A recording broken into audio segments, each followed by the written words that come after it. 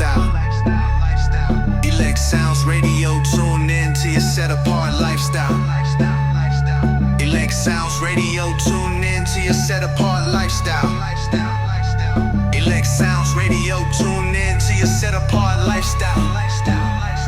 Elect Sounds Radio, tune in to your set apart lifestyle. Elect Sounds Radio, tune in to your set apart lifestyle. Elect Sounds Radio, tune in to your set apart lifestyle. Elect Sounds Radio, tune in to your set apart lifestyle.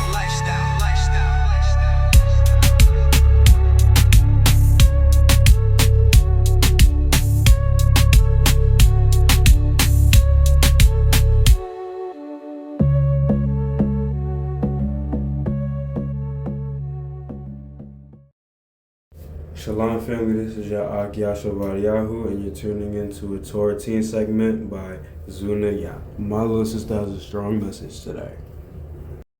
What up, family? This is something that has been revealed to me. It's not a Bible study or anything, but it has been revealed to me that it's still currently going on till this day in America, because you don't really see it a lot in other countries except for America. The reason that black men are angry at black women and the stereotype about angry black women, it all started from welfare. Now, a lot of people, especially people that are in my mother's age group, they know about this because their parents or grandparents lived through this and told them about this, or they see movies. But there was a time where when welfare first started, a lot of poor black families was like, okay, well, it's extra help. We need extra help. So they went to welfare and they told them, you can't have a man in the house if you want to get this extra help. So that started with, okay, let's hide, the black men, the black husbands, because we still need this help. But they would do checks inside the house. If you had a man in the house, you were no longer allowed to get that until that man got out. So that started with a lot of black women saying, yeah, you can't be here because we need this extra money, and if you're here, they're not going to give it to us. So a lot of black men were kicked out of houses, and that's when a lot of black men got into jail for selling drugs and all that. But, even a lot of them were put in innocent, but some of them were selling drugs. They had no other choice usually. So with the black men in jail and the black women fending for themselves, black women would teach their children, don't depend on a man for nothing. You shouldn't have to ever depend on a man for anything. You can do this yourself. And yeah, that's true, but you're still supposed to depend on your man. When you get one, you depend on your husband. But because there was no black men to help their wives or their sisters or anything, they were in jail. So the black women had no choice but to fend for themselves, and they taught their daughters to fend for themselves. So when black men started coming out of the jail system and they realized that black women didn't need them, black women were successful. We had our businesses, we went to school, we went to college, we had our degrees, we were successful. We no longer felt like we needed black men. So now that black men are like, they don't need us, they started doing their own things. That's why you see a lot of black athletes. The stereotype about basketball players that are black, they started going into rap. And black women started embarrassing black men because, we don't need them. They ain't nothing. We got our own money. They don't got no money. So when black men started making money, that money started going towards other races of women. It didn't start going towards the black woman because the black women were embarrassing them. They felt like they weren't needed by their own woman. So they started going to other women. That's why you see a lot of black athletes date Caucasian women. That's why you see a lot of black rappers, they date Hispanic women. They date white women. They date anybody but black women. They shame black women. They talk bad about black women. And in these music videos, especially in the 2000s, and this time, you see a lot of black women, especially dark-skinned black women, get over-sexualized in these music videos. When you see them in these music videos, they're grinding, they're moving their body in sexual ways.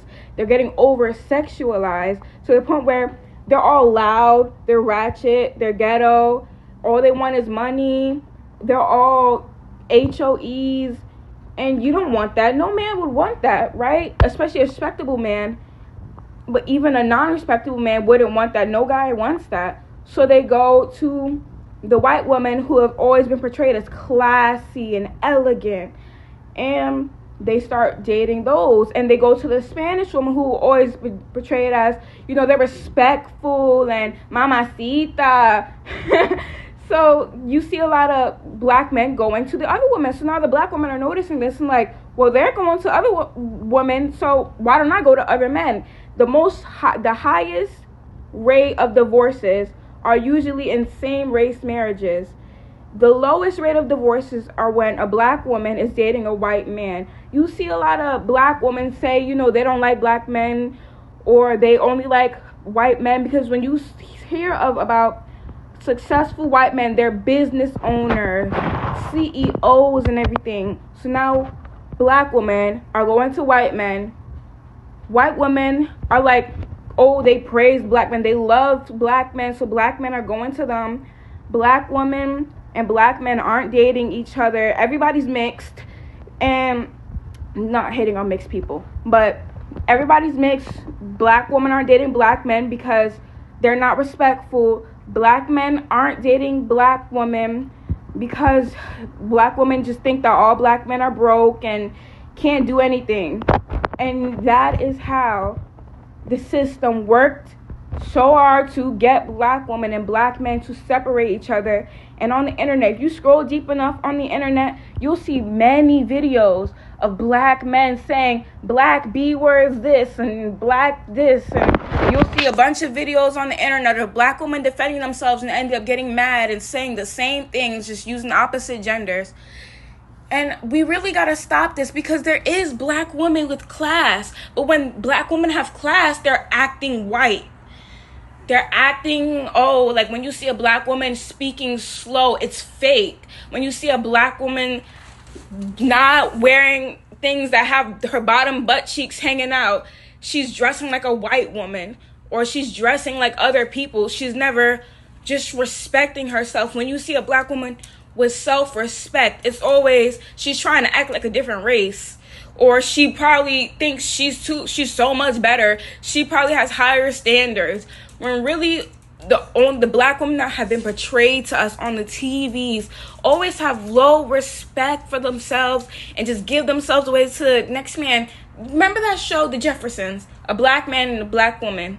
It was so beautiful. Their relationship, even though it was funny and, there was parts that was funny and sad, they were respected like 227, a black man and a black woman. And now when you see black and black relationships in public, in movies, the black woman is getting beat on, or the black man is getting berated. We really got to stop this, because it's stopping. I even caught myself saying that I didn't like black men, or that I didn't find them attractive, or that I just didn't like them because they weren't respectful and they didn't even like black women anyway. But that's untrue. It's not that they don't find black women attractive. It's they don't find that stereotype about black women attractive. And they think that, since every black woman that I saw in my life act like this, I'm not going to date black women at all. I'm just going to go to the white women who have always been portrayed as classy and elegant and respectable. And you always see them in relationships and respecting their husbands. So I'm just going to go there, and I'm going to leave the black woman. I'm going to disrespect black women, even though my mother is black, even though my sister is black, even though my cousins are black. I'm going to go and disrespect them. I'm going to have self-hatred. I'm going to hate that I'm black. I'm going to hate my own people. And guess what? We're all going to get bred out. That's the whole plan, for black people to get bred out. But, that's never going to happen, because, we're the stronger gene. But they want us to be gone. And that's why they turn black women against black men, and they turn black men against black women. And I'm sorry I'm saying black a lot, because I know a lot of us don't like calling each other black, because we're not black, we're brown. But I just really wanted to get that out, because I was thinking about it and I saw a video about it. And I was like, I never understood why black men hated on black women so much, and why I just never thought that black men were good enough. I was like, no, I'm not going to date a black man because they're all smoking weed and they're all drinking alcohol and they don't like black women. But now I understand, and now I really see the full extent of it. It's really messed up, but you really have to change your mindset. If you think that you don't like a black person or any race because of a stereotype, you really need to do research on why that stereotype was created, who created the stereotype. Anyways, love you, family. I'll see you next time. Mwah.